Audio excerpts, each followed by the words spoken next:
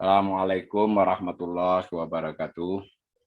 Ibu, Bapak, saudara-saudara yang saya hormati, malam ini kita mengadakan ulasan ekonomi oleh Awalil Rizki yang ke-18. Kali ini mengambil tema tentang pertumbuhan ekonomi Indonesia tahun 2022 dengan pertanyaan besar adalah apakah ekonomi Indonesia bisa tumbuh di atas 5%. Nah, kurang lebih begitu. Maka bisa juga dibalik.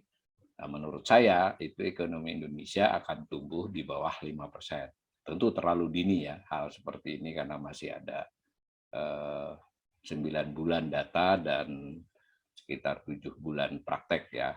Nah, nanti kita lihat. Nah, mengapa pendapat tersebut saya kemukakan?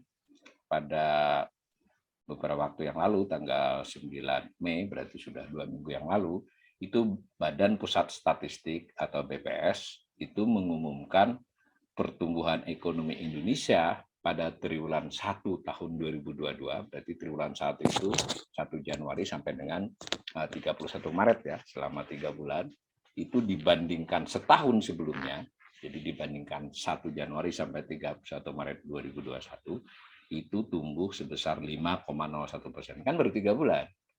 Nah, kemudian diinformasikan juga oleh BPS, kalau menghitungnya triwulan ke triwulan 1 dibandingkan triwulan 4 2022, itu malah kontraksi. Jadi produk domestik bruto harga konstan pada triwulan 1 2022 itu lebih kecil dibandingkan triwulan 4 2021. Jadi produk itu berarti ya produk domestik bruto itu berarti produksi atau nilai tambah seluruh barang dan jasa ya. Jadi kalau dilihat setahun sebelumnya itu tumbuh 5,01. Kalau dilihat dari triwulan sebelumnya itu kontraksi lebih kecil sekitar 0,96%. Nah, menanggapi hal itu, Bank Indonesia melakukan rilis ya, memberikan pandangan, mengumumkan, lalu yang menghitungkan BPS, Bank Indonesia sebagai salah satu otoritas ekonomi juga bisa memberikan pandangan. Kata Bank Indonesia, fenomena pertumbuhan triwulan 1 itu fenomena yang sangat baik, berarti ekonomi tetap tumbuh kuat. Nah, cuma kalau kita teliti dari rilisnya Bank Indonesia tersebut, dia katakan bahwa secara keseluruhan, ini kan baru 3 bulan, berarti untuk 12 bulan itu dia memperkirakan 4,5 sampai 5,3 rentang ya. Jadi kalau kita tambahkan 4,5 dengan 5,3 itu kalau dicari titik tengahnya, dapatnya 4,9. Nah, ini dulu critical point-nya. Meskipun dia bilang Bank Indonesia memuji, mengakui, tetapi keseluruhannya dia ingin mengatakan prospeknya 4,9, meskipun memberi kalau bisa sampai 5,3, tapi bisa jatuh ke 4,5. Ini salah satu alasan saya mengatakan pertumbuhan ekonomi kemungkinan di bawah 5% ya, bukan saya saja kan, berarti Bank Indonesia sudah mengatakan begitu. Kemudian Kepala Badan Kebijakan Fiskal, ini level eselon 1 Kementerian Keuangan, jadi khusus kebijakan fiskal itu ada Badan Kebijakan Fiskal di Kemenq, berarti ya satu strip di bawah Menteri Keuangan. Itu juga memberikan penjelasan resmi bahwa hasil ini merupakan modal kuat untuk Indonesia tumbuh setahun ke depan sampai 2022. Artinya ini ada glorifikasi lah. Saya kira nanti teman-teman bisa, kawan-kawan pemirsa bisa trace di pencari ya seperti Google untuk apa sih pernyataan para pejabat atau para ekonom tentang hasil triwulan 1 itu. Nah, saya ingin mengingatkan bahwa sebetulnya target APBN 2022 ya, target APBN 2022 ya, tumbuh itu adalah 5,2. Jadi bukan 5% loh. Nah, ini kan baru 5,01. Targetnya APBN 2022 5,2. Bahkan sebetulnya kalau yang bacanya tidak hanya pengumuman pemerintah tetapi dokumennya, itu disebutkan di dokumen pemerintah untuk APBN 2022 namanya nota keuangan ya, nama dokumen tebalnya itu. Ini 5,2 itu ibaratnya adalah target konservatif lah, as usual lah. Tapi mereka memastikan jika ada reformasi berjalan lebih baik, bla bla bla, baik itu reformasi di fiskal maupun di real, itu nanti akan bisa 5,5% di tahun 2022. Nah, mari kita lihat gambarnya, Pak Mas Lukni, gambar grafiknya. Sambil menunggu grafiknya, saya ingin pastikan bahwa di slide yang gambar grafik itu kita paham dulu, next, paham dulu bahwa namanya produk domestik bruto, gambar grafiknya, Mas Lukni, slide selanjutnya, itu pertumbuhan ekonomi, cara menghitung adalah dari produk domestik harga konstan. Nah, jadi produk domestik bruto itu produksi barang dan jasa keseluruhan, tapi yang dihitung hanya nilai tambahnya. Slide-nya yang berikutnya. Itu 1 triwulan, berarti 3 bulan ya, 1 triwulan, bukan buat yang bukan orang Jawa, quarter, itu berapa sih barang dan jasa yang diproduksi? Nah, itu ada angkanya. Lalu dibandingkan dengan 3 bulan sebelumnya, namanya pertumbuhan Q2Q, pertumbuhan triwulan. Kalau dibandingkan dengan setahun sebelumnya, namanya pertumbuhan triwulan 1, tapi year on year, tahun. Nah, yang dipakai adalah harga PDB, harga konsan. Harga konsan itu adalah seolah-olah barang produksi di tahun 2022 tersebut dihargai dengan harga tahun 2010 sebagai tahun dasar. Slide-nya nggak bisa jalan, Mas Lukni.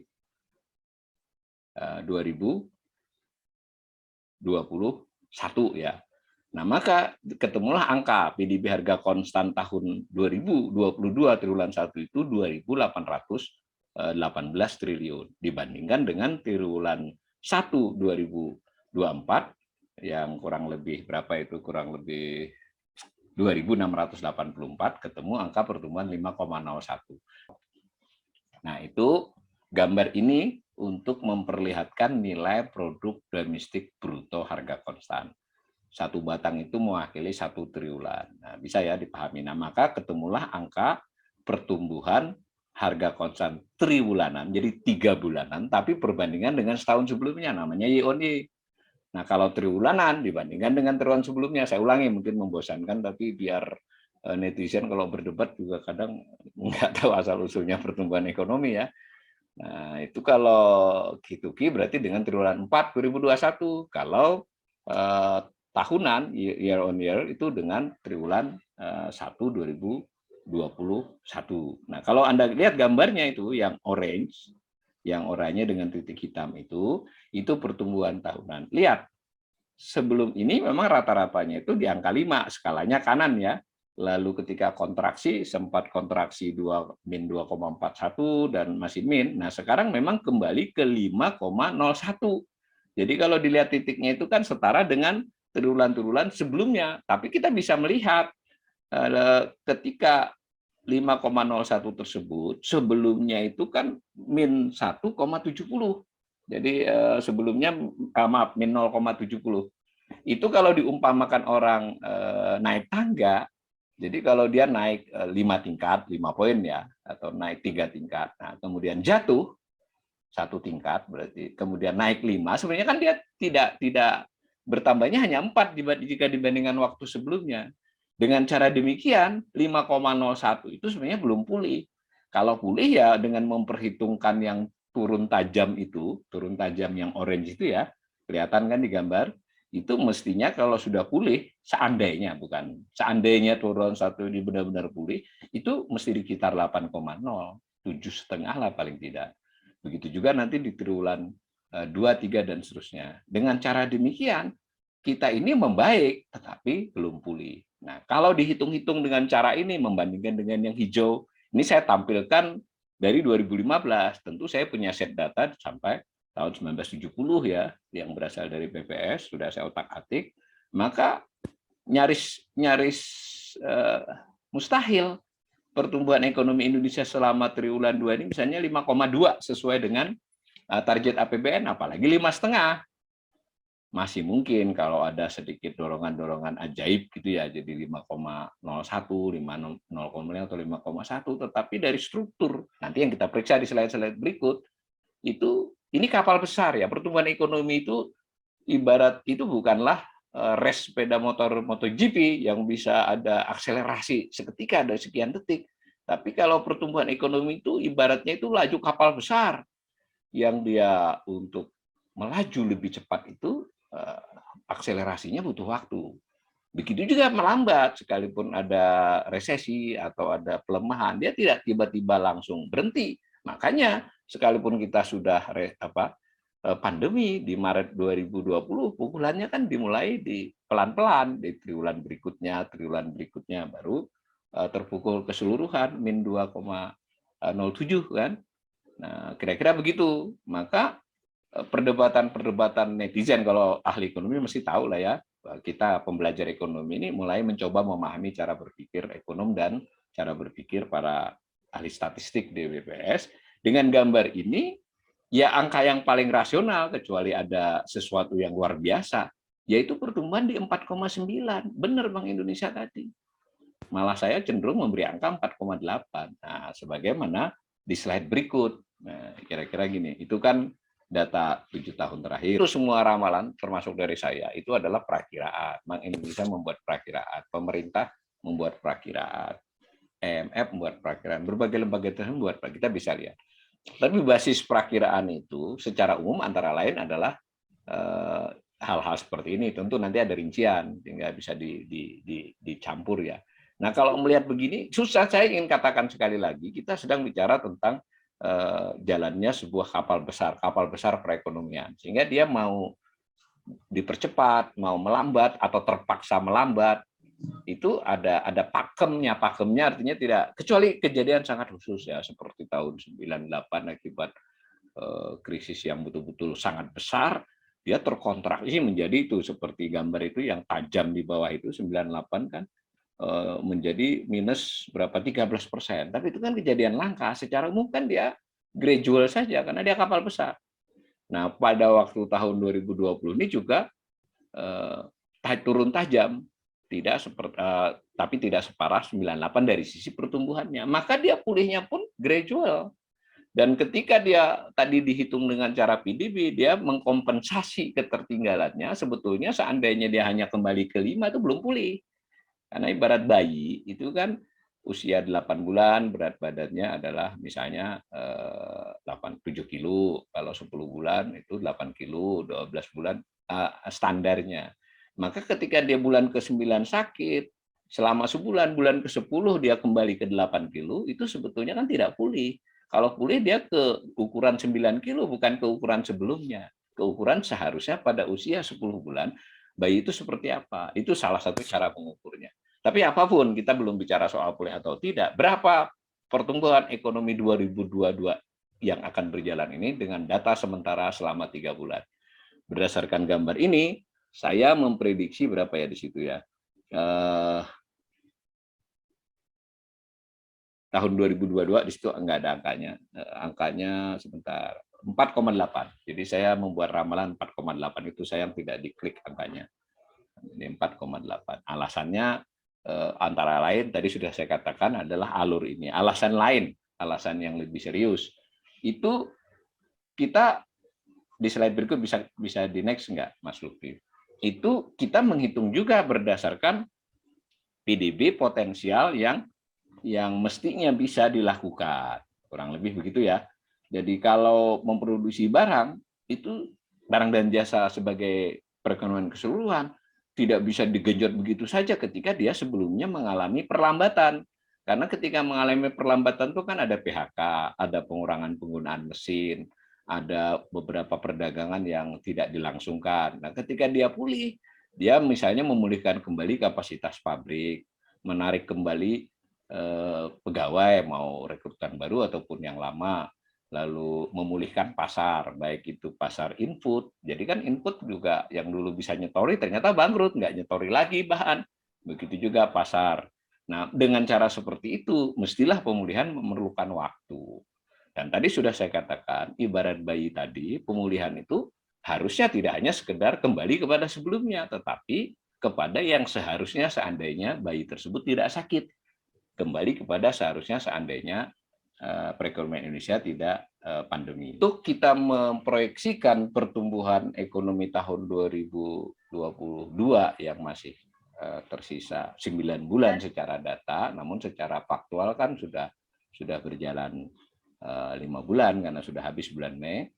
Nah, itu kita antara lain berdasarkan data-data time series sebelumnya, baik itu triwulanan maupun tahunan. Lalu dengan begitu kita punya pola, di samping kita juga belajar ya secara teoritis bagaimana menghitung pertumbuhan ekonomi, lalu apa itu produk domestik bruto. Nah, itu kelihatan bahwa untuk berdasarkan itu saja, itu kira-kira yang kalau tidak ada keajaiban itu baik itu keajaiban yang sifatnya positif, maupun keajaiban yang sifatnya tidak positif, jadi goncangan seperti pandemi kah, krisis ekonomi 98 kah, itu maka kita hanya tumbuh di kisaran 4,8 maksimal 5,0. Jadi kalau ada orasi 5,2, 5,3 itu untuk menghibur aja kalau menurut saya.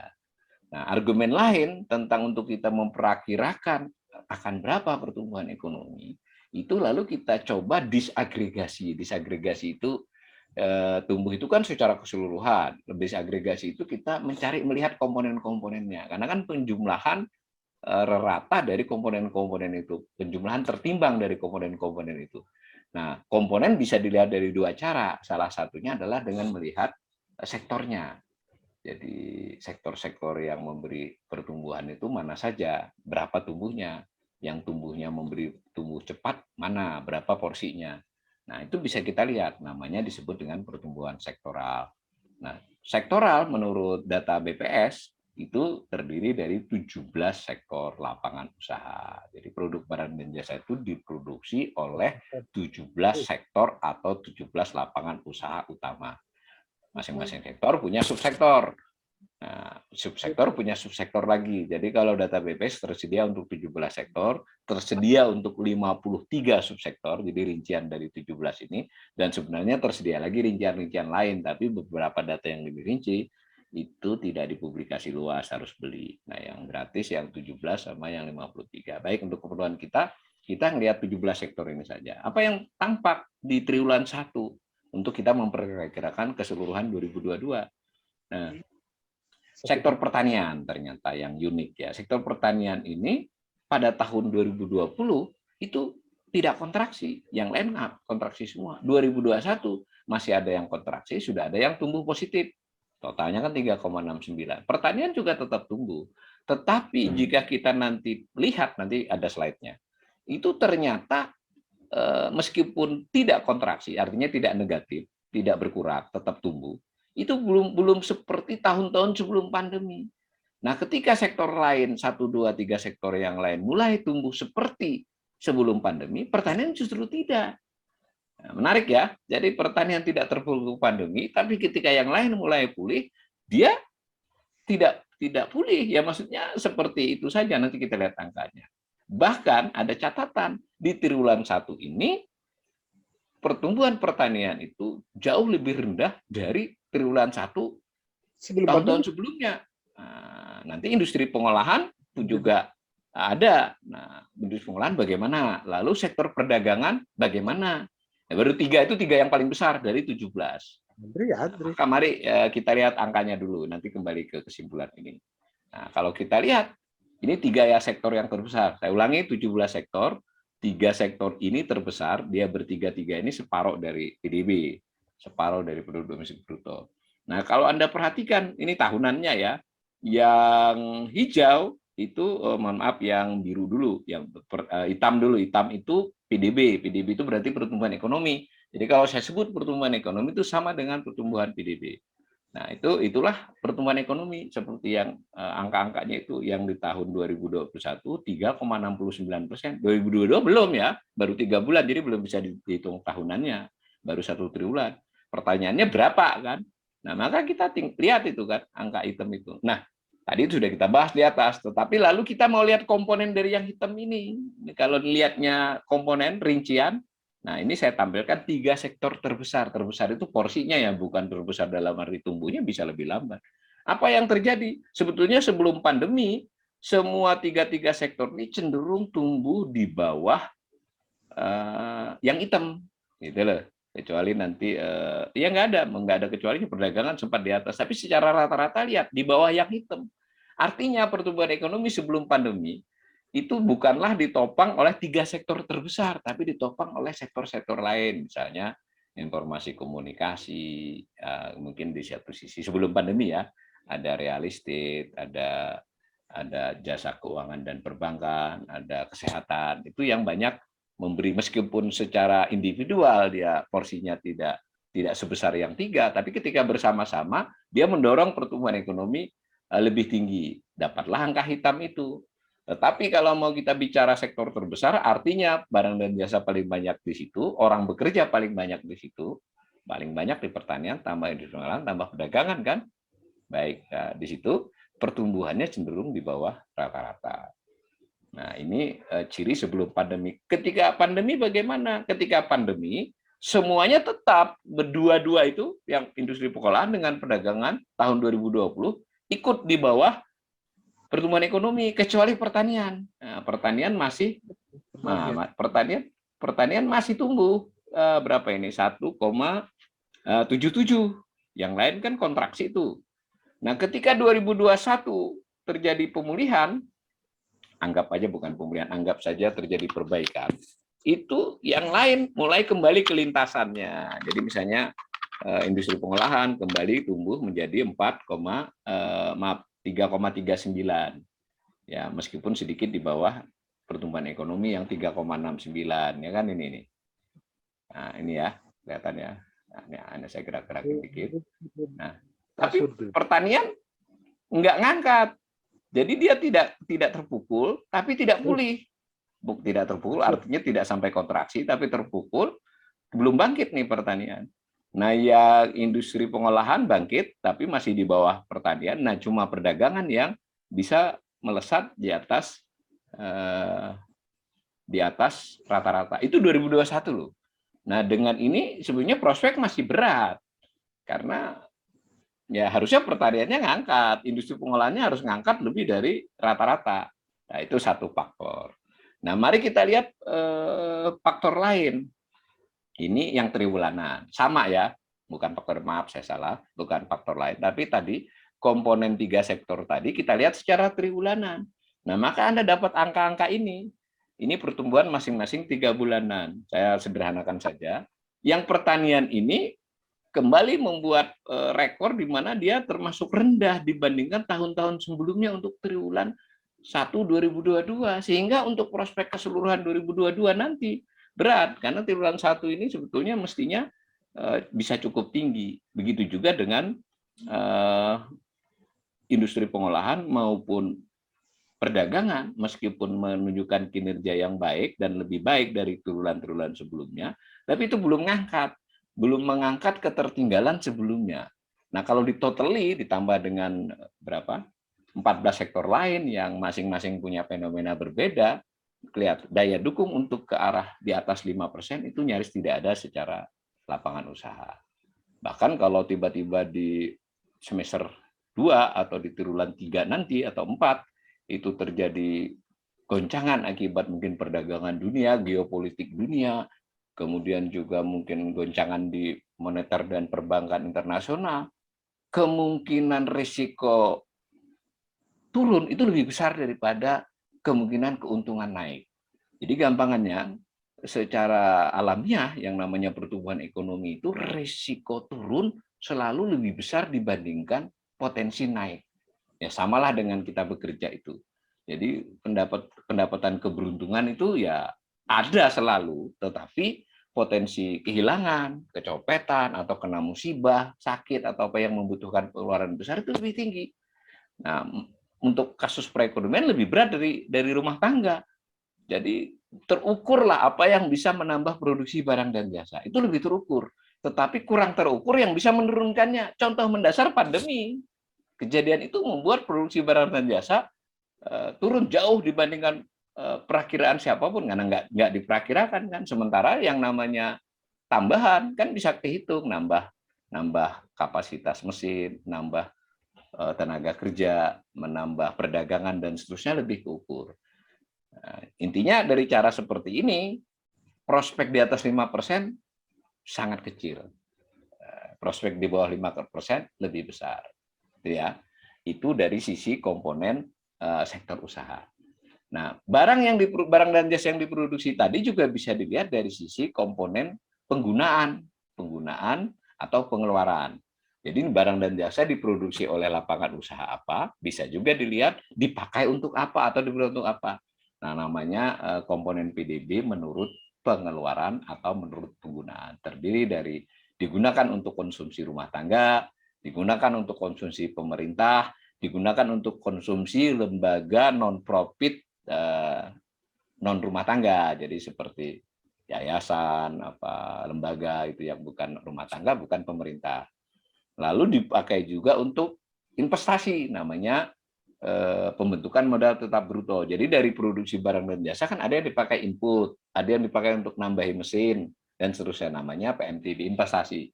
Jadi kalau tadi 3 macam konsumsi, rumah tangga, LN, PRT, pemerintah itu konsumsi. Lalu bisa dipakai barang dan jasa yang diproduksi, bisa dipakai untuk investasi, untuk pembentukan modal tetap bruto. 2 ya. Yang ketiga bisa diekspor, kan betul toh? Tidak dipakai oleh rumah tangga, tidak juga untuk diinvestasikan kembali, tapi diekspor. Nah, semacam itu caranya, namanya komponen. Nah, lalu kita kan bisa melihat masing-masing komponen. Kok ini yang membuat produksi bertambah yang mana? Maksudnya dipakai oleh siapa yang paling banyak? Itu namanya analisis komponen. Nah, apa yang menarik? Nah, di sini kesimpulan saja, nanti grafiknya di belakang. Mengejutkan ya, pengeluaran konsumsi pemerintah itu kontraksi. Jadi konsumsi pemerintah selama 1 triwulan 2022 dibandingkan triwulan 1 setahun sebelumnya itu kontraksi min 7,74. Ini mengejutkan ya. Di saat orasi kita dengar bahwa pemerintah akan menggelontorkan bantuan sosial, pemerintah akan meningkatkan ini, membayar gaji, ya seterusnya lah. Tapi faktanya secara total, justru pemerintah mengurangi konsumsi. Menurut BPS, nanti beda nih dengan analisis APBN nih, kita ada kajian sendiri. Nah, maka tadi seperti sektor yang 17 tadi kan masing-masing nyumbang tuh pertumbuhan 5,01% kan pertumbuhan triwulan 1. Itu misalnya industri pengolahan menyumbang 1 dari angka 5 itu 1,0 berapa. Lalu pertanian menyumbang 0, berapa. Dijumlahkan 17 itu dapat 5,01. Ini sama. Kalau masing-masing komponen dijumlahkan, pemerintah itu bukan menambah dari angka 5,01 tapi mengurangi karena dia negatif. Nah, yang memberi kontribusi terbesar masih konsumsi rumah tangga. Konsumsi rumah tangga itu tumbuh 4,34% dan memberi kontribusi sebesar 2,35 dari angka 5,01 itu 2,35 poin. Nah, kira-kira itu gambaran umumnya, tapi mari kita lihat gambarnya supaya kita bisa menduga selama 2022. Ini konsumsi pemerintah dulu di sebelah kiri. Nah, apa yang kita perhatikan dari angka ini? Yang biru menunjukkan nilai konsumsi pemerintah, tapi jangan lupa ya, analisis ini harga konstan. Jadi nggak bisa dibandingkan dengan APBN. APBN itu kan harga APBN plus APBD itu harga sekarang. Kalau harga konstan seolah-olah itu dihargai dengan harga tahun 2010. Maka kita dapat angka orange itu angka pertumbuhan. Perhatikan triwulan paling kanan ini ya, yang paling kanan ini. Nah, ini min 7,74 nih. Nah, yang paling kanan ini kuning, orange. Ini kan terendah sepanjang sejarah yang saya tulis ini 2015. Ini ada sambung juga masih paling rendah. Maka ini kita perlu lebih jeli nanti menganalisis apakah di triwulan mendatang pemerintah akan menggenjot pengeluarannya. Jadi masalah kan, kalau dia menggenjot nanti harus menggenjot pendapatan. Kalau tidak bisa dia harus nambah utang. Jadi panjang cerita. Ini saya netral saja, hanya ingin menyampaikan bahwa pemerintah nampaknya mengerem konsumsinya. Nah, kalau digambar dengan cara yang lain, tadi setiap pertumbuhan ekonomi sebutlah 5, sebutlah 3,69 yang tahun-tahun itu. Nah, berapa dia nyumbangnya? Si konsumsi pemerintah ini di angka itu. Nah, kalau dilihat di sini kan di tahun 2021 yang berlalu dia 0,34 dari 3,69. Jadi 0,34 poin dan seterusnya. Jadi pemerintah itu dinarasikan di media seolah-olah berperan bagaimana perekonomian, tapi kalau secara faktual dia bukanlah motor pertumbuhan ekonomi yang utama, tetap konsumsi rumah tangga. Tapi memang dia mendorong kan. Cuma angkanya ya segitu. Nah, kalau kita gambar dengan triwulanan nanti, ini gambar masing-masing triwulan 1. Jadi gambar ini saya pindah ke sini, tapi saya ambil triwulan satunya saja. Perhatikan di 2021 ini menurun. Saya juga tidak paham bagaimana ini diglorifikasi sebagai fenomena bagus ya. Sebetulnya kalau gambar ini kan menunjukkan belum fenomena bagus, bahkan tidak bagus. Nah, lalu bagaimana dengan konsumsi rumah tangga? Ya begini gambarnya. Konsumsi rumah tangga yang biru itu dengan skala kiri itu menunjukkan nilai harga konsennya, yang orange itu menunjukkan pertumbuhannya. Betul sekali, terjadi perbaikan luar biasa di triwulan 1 ini, di paling ujung ini. Paling ujung sini 4,34. Setelah sebelumnya kontraksi ya, dan di tahun 2021. Tetapi 4,34 ini kan belum kembali ke nilai sebelum pandemi ini, 5,02, 4,96. Jadi belum sampai ke sini kan? Belum kembali ke ini. Padahal kembali pun belum pulih, harusnya bisa 6 atau 7 atau 8 untuk pulih.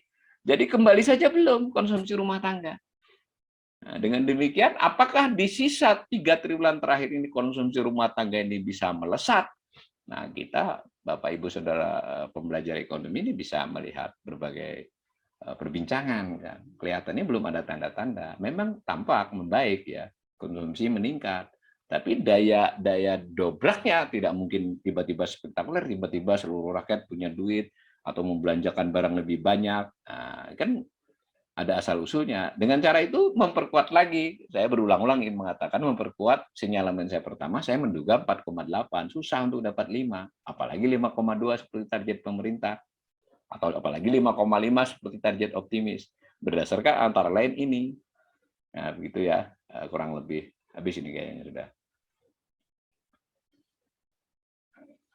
Nah, sebetulnya tentu analisis yang lebih baik itu tidak sekedar tadi. Nanti kan yang berapa tadi 17 sektor tadi di 3 sektor besar industri pengolahan dirinci lagi masing-masing subindustrinya. Kemudian pertanian dirinci lagi. Nah, misal yang pertanian yang saya sudah ingatkan ini fenomena pertanian ini fenomena kurang bagus dari sisi pertumbuhan ekonomi.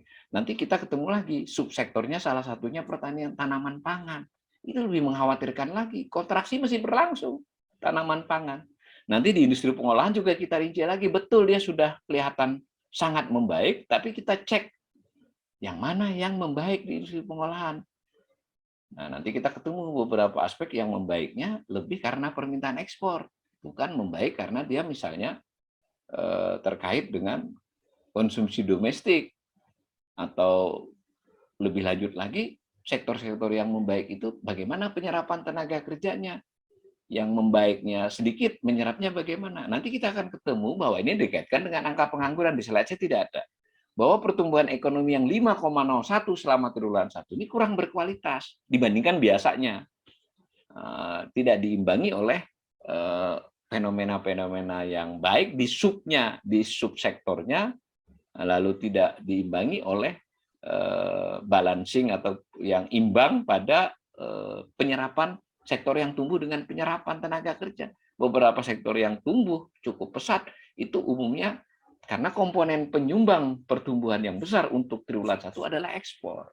Dan ekspor ditopang oleh komoditas, bukan oleh barang-barang yang relatif diolah melalui industri pengolahan yang panjang. Tentu ada komoditas pun sempat diolah satu strip. Nah, dengan cara ini berarti dapat 5,01 itu tidak kokoh ya. Artinya dia di lebih blessing-nya, sebutlah blessing-nya di angka 1 mungkin. Mestinya tumbuhnya hanya sekitar 4. 1%-nya terkontribusi oleh blessing harga komoditas dan semacamnya. Nah, kalau bicara 9 bulan ke depan, mungkin saja harga komoditas itu tetap bisa bertahan tinggi dengan segala dampaknya. Positifnya di sini di pertumbuhan ekonomi ada. Tetapi kita juga bisa mengatakan ini tidak kokoh untuk memberi kepastian pertumbuhan yang cukup tinggi di 2022. Pertanyaan seriusnya, bagaimana jika terjadi goncangan di pertengahan, di triwulan 3 atau 4? goncangan yang tidak berasal dari domestik, tapi berasal dari luar. Akibat geopolitik, perdagangan internasional, atau soal keuangan, di mana berhenti ya quantitative easing misalnya, dan seterusnya, tapering off namanya ya. Tidak hanya dilakukan oleh Amerika, mungkin beberapa negara berusaha menyedot modal. Nah, Indonesia mati-matian mempertahankan modal yang masuk. Nah, ini so far sih tidak terlalu, belum ada tanda-tanda resesi atau krisis atau apapun, tetapi potensial. Maka kalau boleh saya katakan dari sisi pertumbuhan ekonomi, risiko downgrade itu ada di bawah 4,8. Nah, sementara potensi untuk naik di atas 5 lebih kecil. Beda dengan 50-50 ya. Maka boleh dong saya sebagai pembelajar ekonomi memberi proyeksi ini 4,8 sudah sangat baik. Dan itu artinya kita belum pulih di 2022, bukan 2021 aja. Seandainya kita 5,2 saja sebenarnya belum pulih, cuma membaik. Nah, ini jelas-jelas tidak pulih. Kalau saya tambahkan faktor risiko, ada goncangan dan sebagainya, apa tidak bisa saja kita jadi 4,5. Ingat tadi Bank Indonesia memberi proyeksi terendah 4,5, artinya kan itu mungkin terjadi. Mudah-mudahan saya tidak membawa berita buruk ya. Dari saya coba utak-atik berbagai datanya, itu sulit sekali saya menemukan apa yang kira-kira memberi kontribusi kepada, ingat pertumbuhan ekonomi itu menghitungnya dari produksi barang dan jasa. Komponen barang dan jasa secara sektoral mana yang kira-kira bisa menggenjot pertumbuhan ekonomi? Jawabannya kurang ada. Lalu faktor komponen mana yang bisa menggenjot? Cuma ekspor. Nah, ekspor ini sejauh ini bagus untuk mendorong, tetapi kita punya kendala. Kendala kapasitas produksi, kendala pasar, kendala macam-macam lah. Orang permintaan banyak. Ini banyak, tetapi kan ekspor tidak bisa melesat begitu. Bisa melesat nilainya, kuantitasnya tidak bisa. Nah, kalau nilai kan berarti berdasarkan harga. Panjang lagi cerita. Kalau sudah begitu, kalau cuma harga, itu tidak membuat pertumbuhan ekonomi. Karena nanti kan kenaikan harga itu dihitung namanya inflasi kan. Kalau dalam konteks PDB namanya PDB deflator, bukan inflasi seperti inflasi konsumen. Dengan cara menghitung seperti ini, saya sebenarnya menyarankan otoritas ekonomi ya sense of crisis-nya dikemukakan dong, nggak usah glorifikasi terus-menerus. Bilang saja ini sudah membaik tapi belum pulih. Mengapa? Tadi saya sudah kutipkan tadi pernyataan Bank Indonesia, pernyataan Kementerian Keuangan. Begini nanti kalau ada apa-apa, kasihan rakyat ya, kalau kaget lagi, kalau kita krisis lagi di 2023 misalnya. Begitu Bapak Ibu, mudah-mudahan ini sekedar pandangan saja. Tentu saya bisa salah. Kalau tiba-tiba ada keajaiban kita tumbuh 5,5, tapi saya ingatkan tadi, kita tidak punya sejarah untuk keajaiban melesat naik. Yang ada kita punya sejarah keajaiban merosot turun tiba-tiba. Kalau naik selalu gradual. Begitu. Assalamualaikum warahmatullahi wabarakatuh.